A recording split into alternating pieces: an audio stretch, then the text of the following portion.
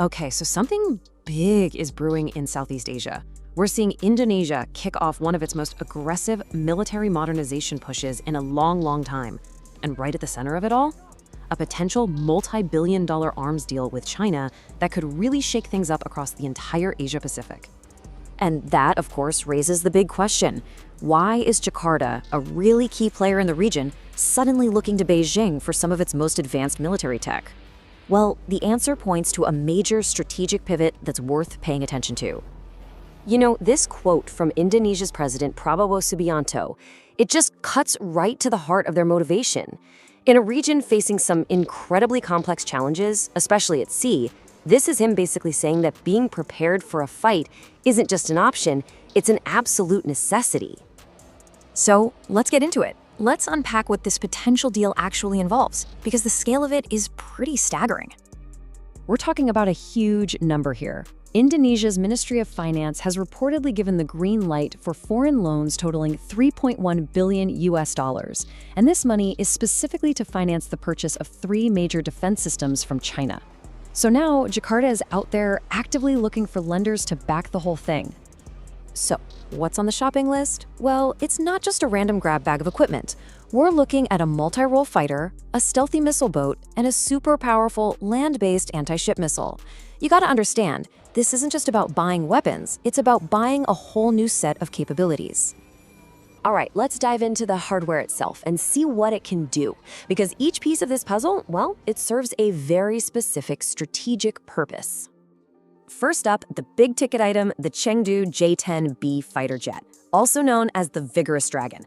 A massive chunk of the loan, up to $1.6 billion, is earmarked just for this aircraft.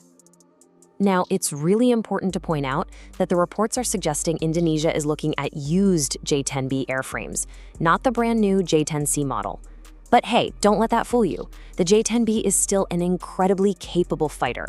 We're talking features like thrust vectoring for insane agility in a dogfight and a pretty sophisticated radar system. And one of the most fascinating features here is the diverterless supersonic inlet, or DSI. This is some seriously advanced tech that boosts performance and helps reduce the plane's radar signature. And get this, it's a design concept you'll also find on America's top-of-the-line F-35 fighter. Pretty interesting, right? Okay, moving from the skies to the seas, let's see how this deal could bulk up Indonesia's naval power. We're talking about the Type 22 fast attack craft, a boat that's designed for a very, very specific job. This little boat is a perfect example of how something small can pack a massive punch. Its catamaran hull means it's super stable, even at high speeds of around 50 knots. Its shape is all about stealth, trying to stay off radar. And the most important part, it's carrying 8 anti-ship missiles. That's a lot of firepower. So what's the big deal with this boat? Well, it's how perfectly it fits Indonesia's geography. It's built for those shallow, complex waters you find in an archipelago. It can be used to basically tell enemy ships you can't come through here, blocking off critical straits. And when it's networked with other assets, it becomes a deadly hunter of much, much bigger warships. And rounding out this powerful package is a major long-range threat. Indonesia is looking for up to $1 billion in loans just for this, the land-based CM-302 coastal defense missile. And the numbers on this weapon are just, wow. It's supersonic, it flies super low to the sea to stay hidden from radar, and it has a range of almost 300 kilometers. Its maker claims that just one hit can take a 5,000-ton destroyer out of the fight. It's often called China's answer to the really formidable Indo-Russian BrahMos missile.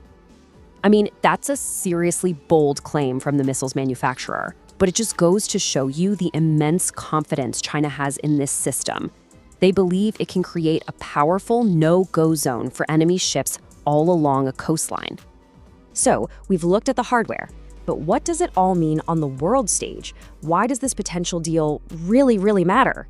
This deal really captures the strategic tightrope Indonesia is walking. On one side, this is all part of their long-standing non-aligned strategy.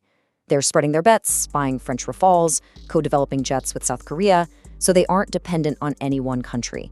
But on the other side, a massive arms deal with China could definitely create some friction with Washington, especially since the US has been trying to sell Jakarta its own F-15X fighters. But here's the thing. Despite all of this momentum, this whole deal is far from a sure thing. So what should we be keeping an eye on as this story unfolds? This official statement from the Indonesian Ministry of Defense is key. It tells us that even with the loans approved, the Air Force is still doing its homework and running its final review. It really highlights that while the money might be moving, the ultimate decision is still going to come down to a final military thumbs up. And that brings us to the final critical question. The plans are ambitious, the money is being lined up, but is this huge strategic shift actually set in stone? For now, the answer is still very much up in the air. But here's what we know for sure. If this deal does go through, it's not just going to be about new jets and missiles for Indonesia.